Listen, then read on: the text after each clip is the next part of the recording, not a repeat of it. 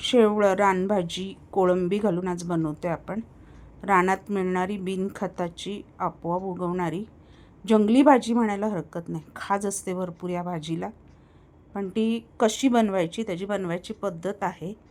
एक ट्रिक वापरून व्यवस्थित बनवली की अजिबात खाज येत नाही. मटणासारखी अप्रतिम अप्रतिम चव, वजरीला वगैरे चव असते तशी चवीला लागणारी.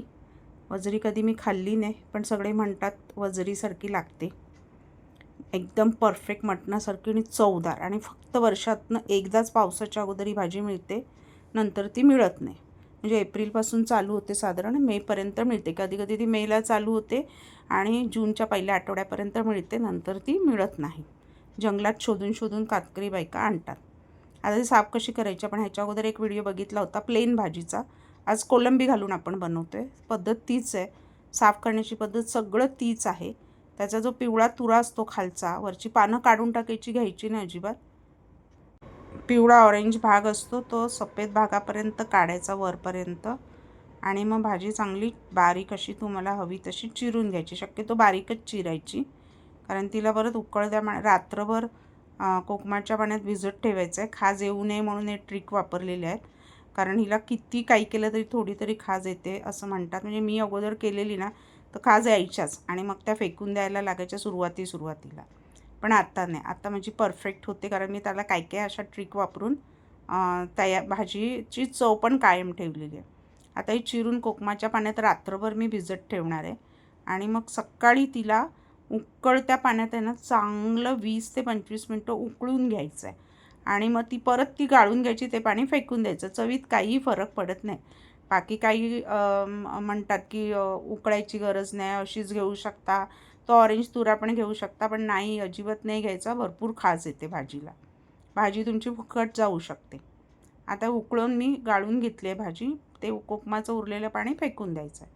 कोलंबी घेतले साधारण एक मोठा वाटीभर. स्वच्छ धुवून दोरे काढून घ्यायचे.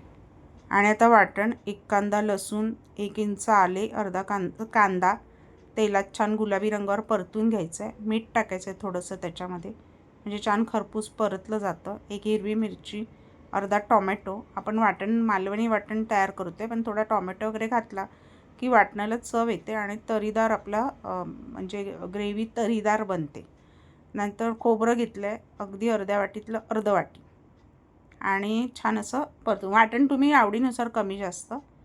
कोथिंबीर वाटणात घालून हे आता मस्त मऊ वाटून घ्यायचं आहे. मालवणी वाटण बनवतं तसं, फक्त टॉमॅटो ह्याच्यात ॲड केला आहे. गरम मसाले वापरले नाही आहेत. त्याच्यानंतर ही हे काकडं म्हणतात त्याला, बी असते आतमधली, काढून घ्यायची, चेचून घ्यायची आणि बारीक. ही जर घातली ना शेवळाबरोबर, तर शेवळाला खाज येत नाही. आणि ही पण रानात मिळणारी आवळ्यासारखी, आणि ह्याच दिवसात मिळतात, वर्षभर मिळत नाही. ह्या भाजीबरोबर ती कातकरी बायका थोडीशी आपल्याला देतात. पण ही घातल्यानंतर पण कोकम किंवा चिंच घालावी लागते भाजीला, खाज येऊ नये म्हणून. तर ही छान अशी चेचून बारीक करून घ्यायची. 4 चमचे तेलामध्ये बारीक चिरलेला लसूण, थोडंसं आलं, 2 हिरव्या मिरच्या छान खरपूस रंगावर परतायच्या. आणि त्याच्यानंतर मोठा 1 कांदा बारीक चिरून त्याच्यातच परतायचा आहे छानपैकी. ह्याच्यामध्ये लसूण आणि जेवढं असेल ना तेवढी चव छान लागते भाजीला. नॉनव्हेज बनवतो ना आपण, त्याच्यात लसूण थोडी जास्त वापरा. कोलंबी घालतो आहे ना. आणि आता छानपैकी टोमॅटोत मीठ घालूया. एक लालसर रंग येईपर्यंत त्याला मीडियम टू हाय गॅसवरती परतून घ्यायचा आहे कांदा आपला चांगला. कांदा परतल्यानंतर कोथिंबीर त्याच्यामध्ये. कोथिंबीर खमंग फोडणीत परतली की त्याचा अरोमा छान येतो. त्यानंतर चिकन मसाला अर्धा चमचा घातला आहे आणि लाल तिखट 1 चमचा घातला आहे. हिरवी मिरची ऑलरेडी 2 घातल्यात त्याच्यात, त्यामुळे तिखटाचं प्रमाण कमी जास्त कसं हवं त्याप्रमाणे. मटणासारखी भाजी लागते, त्यामुळे थोडंसं तिखटच वापरा, त्याची चव चांगली लागते.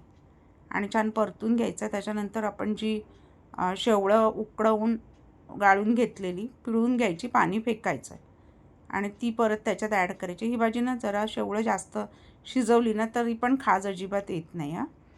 कारण जरा जरी शिजवण्यामध्ये थोडंसं कमी राहिलं ना तरी पण खाज येते. चांगली शिजवून घ्यायची. 15 ते 20 मिनटं मी ती कोकमाच्या पाण्यात चांगली उकळवून घेतली. वाटण ॲड करूया. मी जास्त वाटण नाही वापरलं आहे, थोडं वाटण घातलं आहे आणि नंतर मग गरम पाणी घालून किती घट्ट पातळ हवं त्याप्रमाणे भाजी रेडी करून घ्यायची आणि झाकण ठेवून तिला परत 10 ते 15 मिनटं बारीक गॅसवर छान अशी उकळवून घ्यायची. ह्या भाजीला थोडं शिजवायला वेळ लागतो. तुम्ही कुकरमध्ये पण 2-4 शिट्या 4-5 शिट्या मारून शिजवून घेऊ शकता. मी गॅसवरच शिजवले त्यामुळे तेवढा मला वेळ गेला. त्याच्यानंतर चिंच ॲड करूया. एक 15 मिनटांनी मी चिंच ॲड केली आहे. चिंच, कोकम काहीतरी आंबट नक्की घाला. नुसती ती काकडं घालून ना तेवढी ती खास जात नाही. आणि आता कोलंबी घालायची. कोलंबी घातल्यावर कोलंबी लवकर शिजते. जास्त शिजवली की मग ती वातड होते.